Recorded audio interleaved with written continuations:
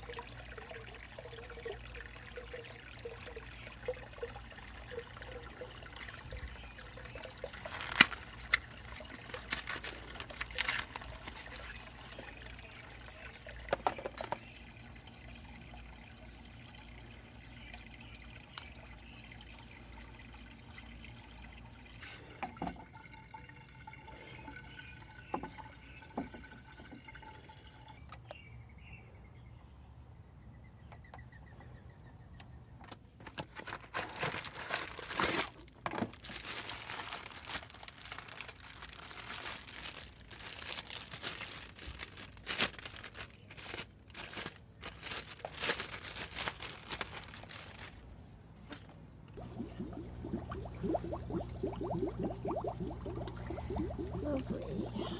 Let's get a fish.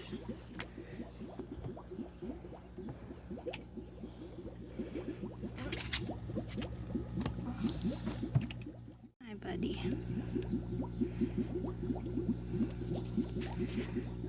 I've got a good place for you. Oh, you must be stressed. You're swimming sideways a little bit. Do you mind if I pick you up a little bit? Just to see how you're doing? Got some abrasions on your side there. The scales looks like you have some missing scales. Your gills are overly red, way too red.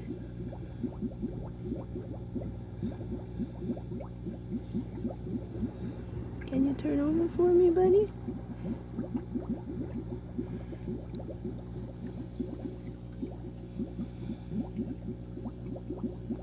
This water's very cold. I'm sorry, but just turn over just a little. There we go. Okay. Yeah. Lateral line is red. But, not any terrible damage. Not any crazy damage to the fins. Got long, beautiful fins. I do see 2 places where it was broken at one point, and there are a lot of red veins indicating lots of stress, which I did see on the fish when I first saw him in his old tank. So he's been kind of stressed for a while now. I'm gonna go get a small bowl to pick him up in. When moving a fish from one place to the next, I feel that for smaller fish, the bowl method is probably the best, which is just gently scooping up the fish in a bowl of water so that they're never exposed to the air, because when a fish is picked up and exposed to the air, the stress levels in the fish have actually been known to last for up to 30 minutes afterwards.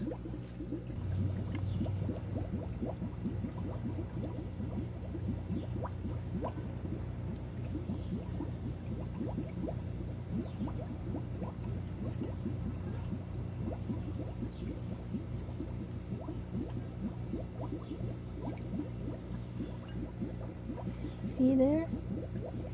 Very, very little stress.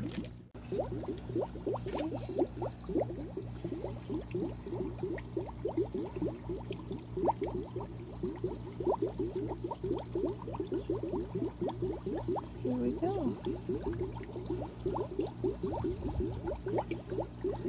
Pretty stress-free way to move a fish from one place to another.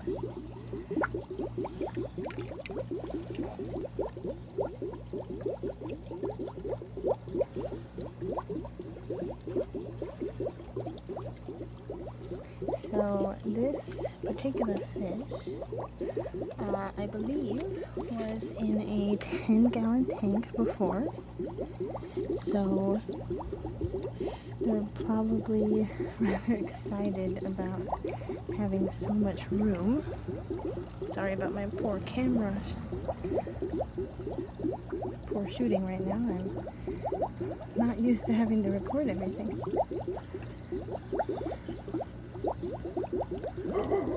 Yeah, high activity just after a transport is a great sign.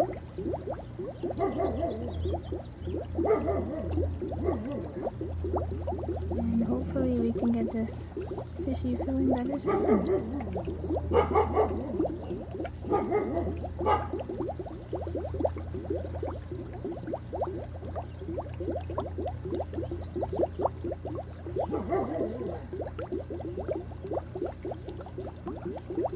It really is a very pretty fish.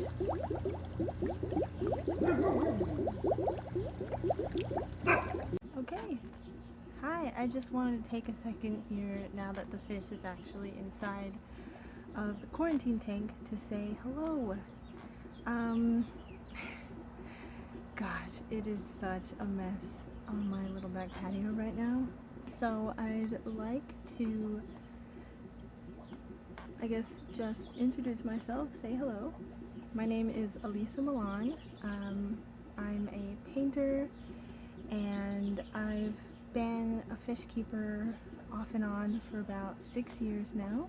I've always had this heart for animals. I've always had a heart to rescue animals and help them in some way, but I don't think that feeling has ever been as strong as when I started getting into the goldfish hobby and seeing just how much goldfish are mistreated, and honestly all fish in general.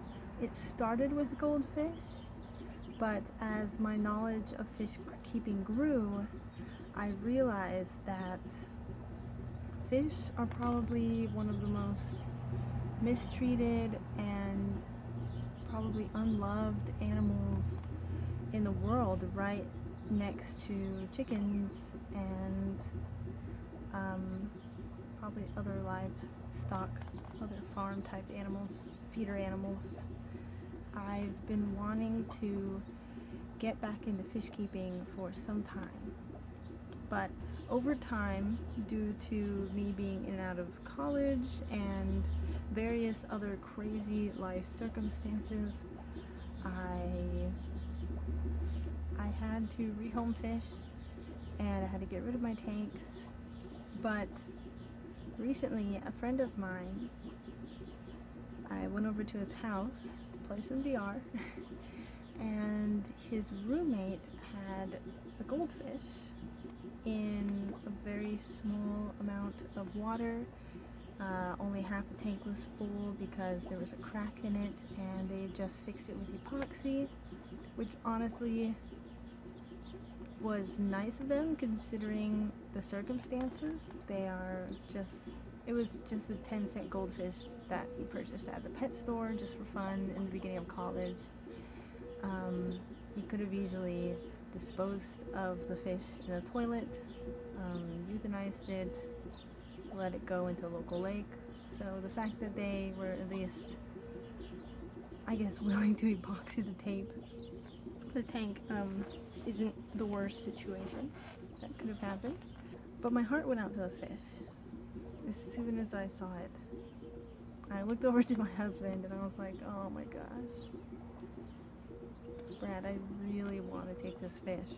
He said, no, you can't take the fish. Like, you have a problem. I've seen what you used to do, like what used to happen. Came to the point where that friend of mine, about 5 or 6 months later, contacted me and he was like, my roommate moved out. He left the fish. He certainly pulled at my heartstrings, and I kind of felt something say like, this is good. It's time. You've been wanting to do something more. This feels right. I don't expect it to necessarily be easy, but I think that I can handle it. The 2 sponge filters I put in there, they're from my old tanks. I saved like a small box of my previous fishy things because I just couldn't quite let them go. And it's good that I saved them because I'm using them again. I put those 2 sponge filters in with my other 2 tanks and let them acclimate for as long as possible. Ideally, I would have kept them in there for 2 weeks, but this whole situation is very rushed. But they were both in there for a week and 2 days, so that's not terrible. I'm actually thinking about grabbing the bag of media from my 5 gallons, so probably gonna just snatch that up and put that in there. So yeah, this is the start of a very exciting journey for me. So I think this is going to be healthy in a lot of ways for both me and hopefully all the fish that I can help in my local area. If anyone's interested, this fish rescue is in northern Arizona. I don't really know how I'm going to go about doing everything yet and how I'm going to go about doing adoptions. I still need to work on the legalities of all this. I need to register as a 501c3, the IRS, and I can actually conduct business as a rescue. We'll see where this takes us.